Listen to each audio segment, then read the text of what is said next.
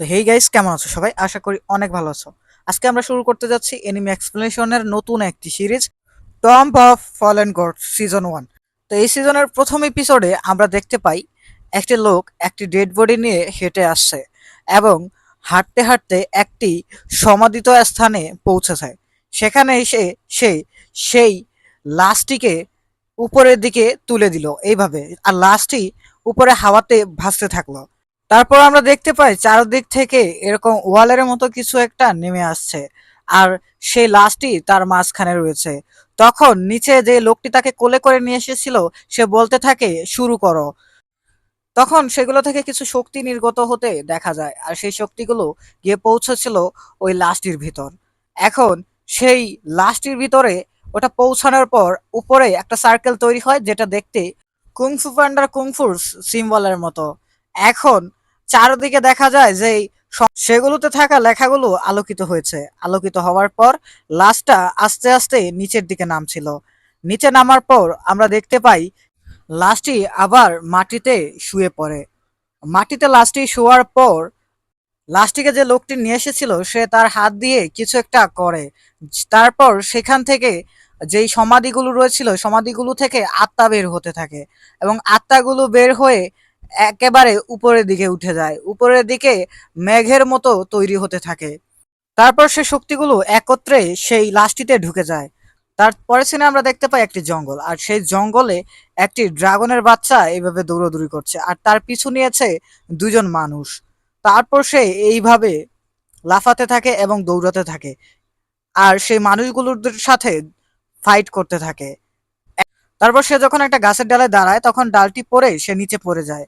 নিচে পড়ে যাওয়ার পর মানুষগুলো তার দিকে এগিয়ে আসে। ড্রাগনের বাচ্চাটা তখন তার একটা শক্তি ব্যবহার করে, কিউট হওয়ার শক্তি, আর সেটা দেখে মানুষ দুইটি মুগ্ধ হয়ে যায়। তারপর ড্রাগনের বাচ্চাটি তার মুখে বালি মেরে সেখান থেকে পালিয়ে যায়। তারপরও বাচ্চাটির পিছু নিতে থাকে সেই মানুষ দুইটা। বাচ্চাটির পিছু নিতে নিতে নিতে নিতে দেখা যায় এক সময় বাচ্চাটি একটি পাহাড়ের শেষ মাথায় এসে পৌঁছায়, আর সেখান থেকে নিচে পড়লে সেই ড্রাগনের বাচ্চাটি মারা যাবে। কিন্তু সেখানে রয়েছিল একটা শিল্ড, সেটা ওই ড্রাগনের বাচ্চাটি জানতো না।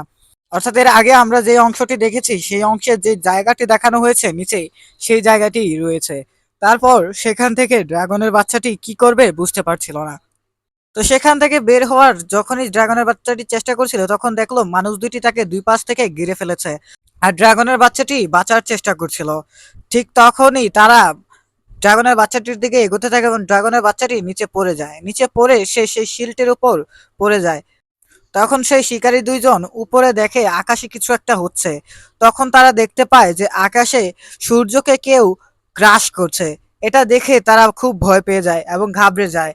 আর ঠিক তখনই আকাশ থেকে একটি বজ্রপাত হয় সেই শিলটির উপর, যার ফলে শিলটি ভেঙে যায় আর ড্রাগনের বাচ্চাটি নিচে পড়ে যায়। আর ওই শিকারীরাও ভয় পেয়ে সেখান থেকে পালিয়ে যায়। এর পরের সিনেই আমরা দেখতে পাই ড্রাগনের বাচ্চাটি নিচে হাঁটতে থাকে এবং চারিদিকে তাকাতে থাকে, আর বুঝতে পারে না সে কোথায় এসে পড়েছে। তখন সে অনেকটা ভয় পেয়ে যায়। সে ঘাবড়ে ঘাবড়ে চারিদিকে দেখতে থাকে। আর ঠিক তখনই তার নিচে থেকে একজন তাকে ধাক্কা মেরে ফেলে দেয়, অর্থাৎ একটি হাত নিচ থেকে বের হয়ে আসে। এটা দেখে ড্রাগনের বাচ্চাটি আরো বেশি ঘাবড়ে যায়, আর সেখান থেকে একটি ছেলেকে বের হয়ে আসতে দেখা যায়। মূলত এই ছেলেটি হচ্ছে এই সিরিজটির নায়ক। তা এখন ছেলেটি যখন দাঁড়ায়, অর্থাৎ নায়ক দাঁড়ানোর পরে সে দেখতে পায় সে একটি অচেনা জায়গায় রয়েছে। সেই জায়গাটা সে চিনে না। সে তারপর আস্তে আস্তে আকাশ পরিষ্কার হতে থাকে, আর ছেলেটি উপলব্ধি করতে থাকে যে সে বেঁচে আছে। তখন তার মনে পড়ে সে মারা গিয়েছিল। সে অনেকটা অবাক হয় যে সে কিভাবে বেঁচে আছে, কারণ সে মারা গিয়েছিল এটা সে নিশ্চিতভাবে বলতে পারে, আর তাকে কবরও দিয়ে দেওয়া হয়েছিল।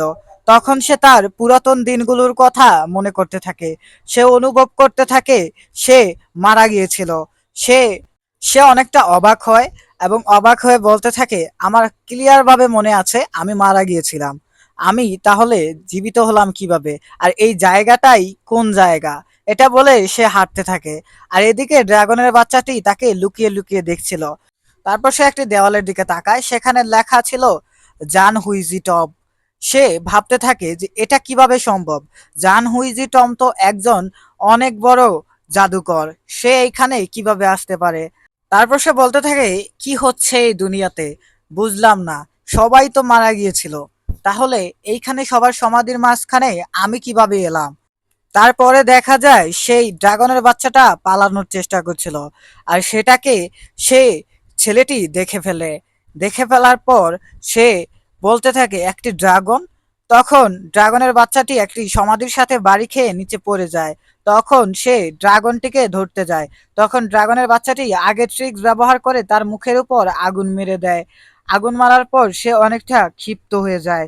তখন সে সেই ড্রাগনটিকে ধরে একটা লাঠির সঙ্গে বেঁধে আগুন দিয়ে রান্না করার চেষ্টা করে।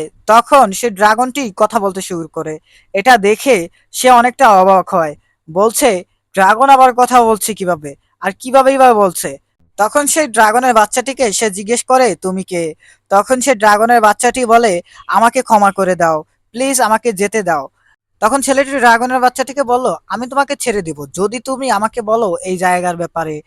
ছেলেটি ড্রাগনটিকে আরো বলল তোমাকে তাহলে আমাকে হুয়াং কান্ট্রির পথ দেখিয়ে দিতে হবে। এটা শোনার পর ড্রাগনের বাচ্চাটি বলল তুমি কি আমার সাথে মজা করছো, তুমি কি জানো না হুয়াং কান্ট্রি আরো 10,000 বছর আগে নষ্ট হয়ে গেছে। এটা শোনার পর ছেলেটি অবাক হয়ে বলে 10,000 বছর আগে। তখন ড্রাগনের বাচ্চাটি বলল এখন আর হুয়াং কান্ট্রির কোনো অস্তিত্ব নেই। এটা শোনার পর ছেলেটি তার পুরনো দিনের কথা মনে করতে থাকলো। সে মনে করতে থাকলো তার মৃত্যুর কথা, কিভাবে সে মারা গিয়েছিল। তখন সে ড্রাগনের বাচ্চাটি থেকে জানতে চায় যে এই 10,000 বছরে কি কি হয়েছে। তখন সে ড্রাগনের বাচ্চাটি বলে এই যুদ্ধের পর দুটি রাজ্য মিলে একটি নতুন রাজ্য তৈরি করা হয়, যার নতুন নাম হচ্ছে টিয়ানওয়ান কন্টিনেন্ট। ছেলেটি তারপর বলে টিয়ানওয়ান কন্টেন্ট, আমি এই ব্যাপারে কিছু জানি না, আমি কোথা থেকে এসেছি, আমার সাথে কি হচ্ছে, আর আমি জীবিতই হলাম কিভাবে, আমি মারা গেছিলাম। তারপর ছেলেটির তার প্রেমিকার কথা মনে পড়ে যায়। সেখানে সে তার প্রেমিকার পুরনো স্মৃতিগুলো মনে করে। তার প্রেমিকার নাম ছিল উইজিন। সে উইজিনের কথা মনে করতে থাকে। তারপর সে বলতে থাকে কতগুলো বছর পেরিয়ে গেছে, এতগুলো বছরে কি কি পরিবর্তন হয়েছে আমি নিজেও জানি না। সে ভাবতে থাকে এই 10,000 বছরে কি কি হতে পারে। না জানি মানুষগুলাই কত বেশি পরিবর্তন হয়ে গেছে, আকাশের রঙই হয়তোবা চেঞ্জ হয়ে গেছে। কেমন ইতিহাস লুকিয়ে আছে এই 10,000 বছরের ভিতরে সেটা আমার জানা নেই। তারপর ছেলেটি তার শক্তি অনুভব করতে থাকে, তার হাত থেকে আগুনের গোলা বের করে।